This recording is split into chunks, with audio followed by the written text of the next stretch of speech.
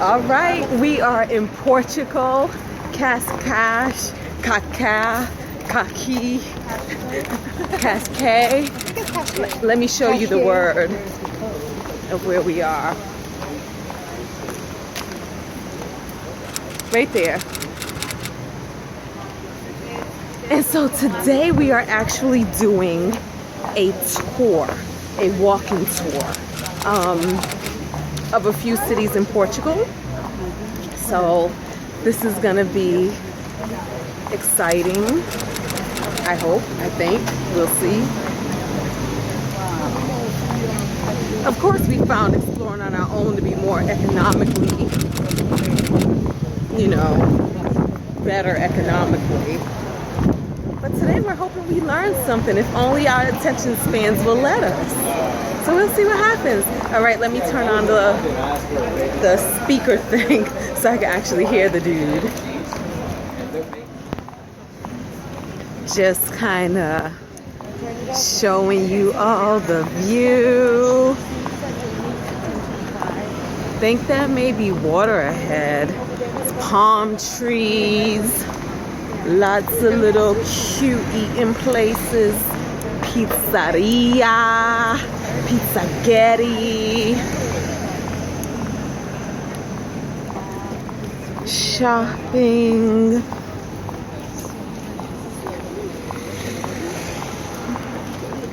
Yeah, I can smell the water. I can smell the water. My two hot friends. Woohoo! The blue sky. The menu. Oh yeah. You care about all of this.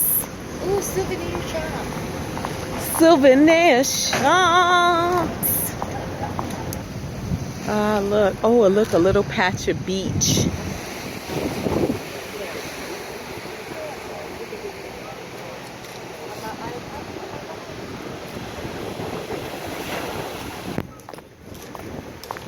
We're now looking for Gosh, Amy, custard tarts.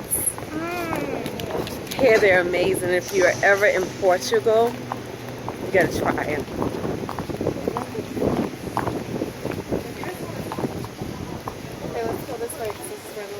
We're gonna go this way. Here, yeah. I'm walking backwards. I'm walking backwards. So excited.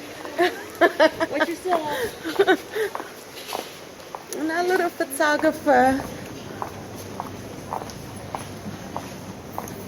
She snap, snap, snap. She shoots, she dances, she sings, she writes. What else she do? I don't know. She takes the most amazing iPhone pics. And I can jump high. And she's an excellent jumper. Oh, we might have found it. Woo.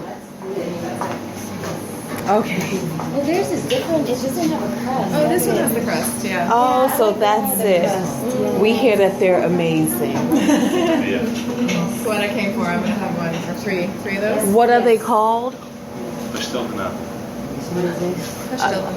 Ashtokanach. Grab yours so we can do the cheers. Cheers!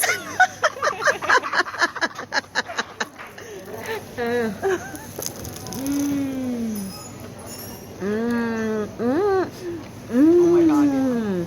Yes. It tastes like everything I want creme brulee to be. But like the pastry part of this is amazing. Amazing. I've never tasted it. It's so flaky. Yeah. I'm going to take it back home to Toronto and be like, this is how you do it. They make it at the Chinese bakery. Their custard is different and the crust is different. It's not flaky like this. I feel like I'm going to strip still. I got like crumbs all over my mouth. Because this is how I eat, y'all.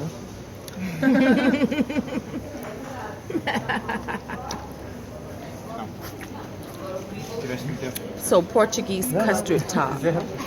That's the American way of saying it. Custard top? Tart. Tart. Oh, top. I was like talking and clearing stuff on my teeth at the same time. Yeah, so it kind of came out top. Yeah, Portuguese custard tart. Pasture knuckle naka. I'm so multilingual. We were here in Cash for like 40 minutes, and I was like running for the bus. So, don't know if this bus tour thing is the life for me. It's so rushy. So you do get to cover a lot of ground fast. It is windy as heck. Look at that. So, we are in Sintra. We're in Sintra now, right? This is the northernest point in Portugal. Like if westernest, I was paying attention. So, if we get in this water right here and keep swimming that way, we will hit Delaware, United States of America. So, that's kind of cool. Let me show you guys. Okay.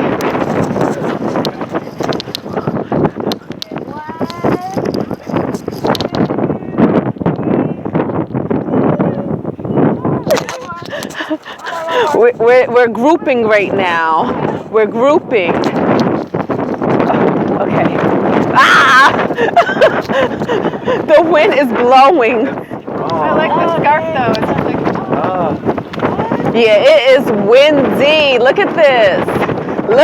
The Beyonce effect right now. Yes. This is where we are. So Cork is huge here. You see this little tree trunk? I never knew that cork was a tree.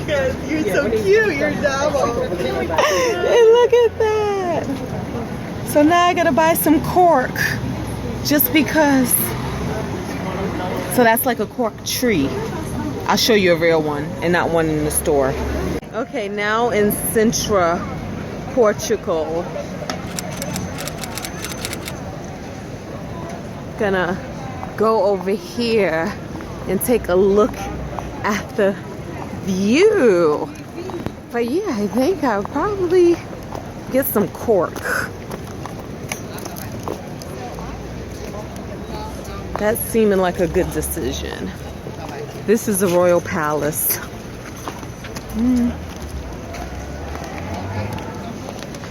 It's not very ornate or anything. But look at that view from the Royal Palace. Wow.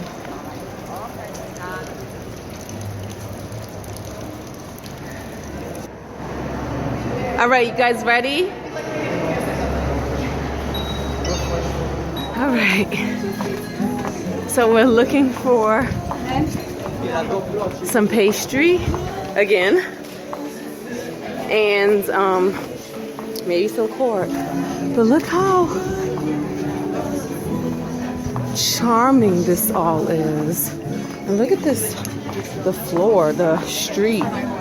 Oh my god. All right, we're totally getting like everything right now. This is what they're famous for. This is called what again? Queijada. And they're famous for this too. The almond chaviceiro. Ooh. Now I think we're gonna sample something perhaps. I'm not even sure. It's like a. I want to just get the small one. Oh, and I think they come in chocolate cups. Yeah. Oh, look at the little chocolate cups. I'm like. For this one. It's one for the. That is actually really good. Oh my god. That is good. Oh my god. Over here by that. It's making a Move closer. picture. It's making a movie picture.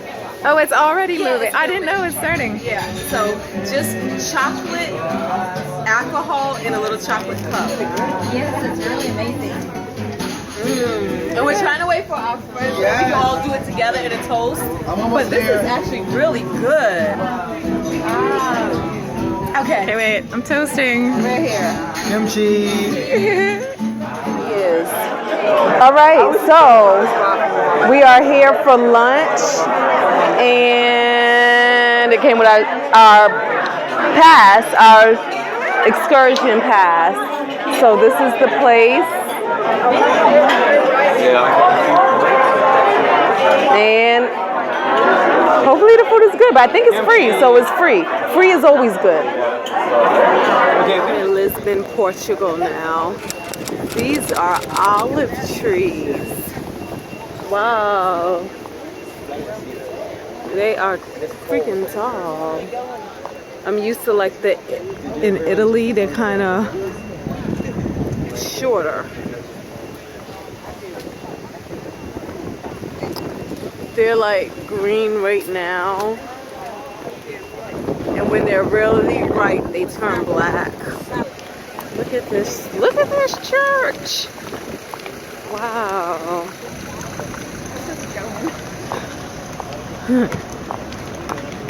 Wow. So let me tell you some more about the olive trees. It's like when you see green olives, it just means that they were picked before they were ripe.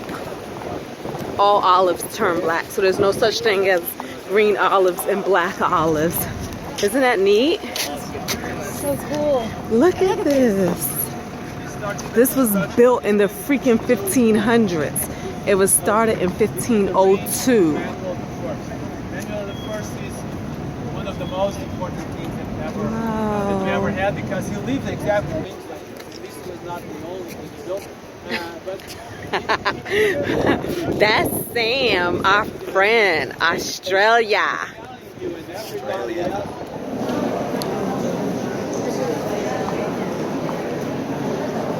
is the inside of the church. It's the biggest in Lisbon, but it's not the most important. This is Camões, Louise Camões. He's a poet in Portugal, and he was just as important to Portugal as William Shakespeare. This is his tomb.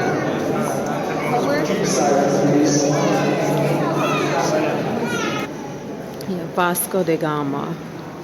So he actually completed the journey to India via the Atlantic Ocean, an explorer. His tomb is here in the church.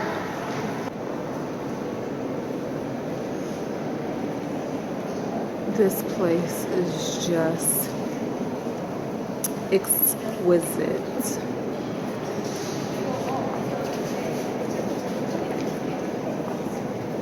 The ceilings of the cathedral.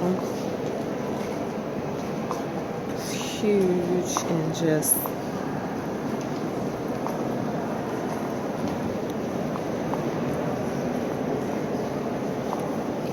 to be built.